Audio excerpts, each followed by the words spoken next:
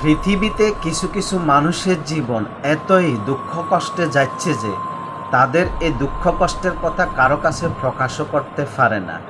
কারণ কারো কাছে যদি প্রকাশ করতে যায় তখন তারা দুর্বলতার সুযোগ নেয়।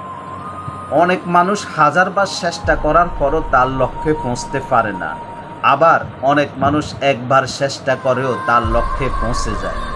কিন্তু এখানে যে ভাগ্য নামের একটা কথা আছে সেটা কেউই বিশ্বাস করতে চায় না।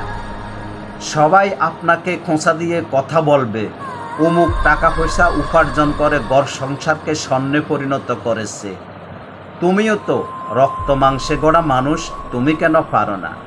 আমি যে হাজারবার চেষ্টা করার পরও পারি নাই সেটা পৃথিবীর কোনো মানুষই বিশ্বাস করবে না, এবং কি বিশ্বাস করার চেষ্টাও করবে না যে আমার ভাগ্যে নেই।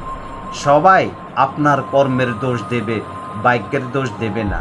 আর এটাই হচ্ছে প্রকৃতির এক নির্মম নিয়তি।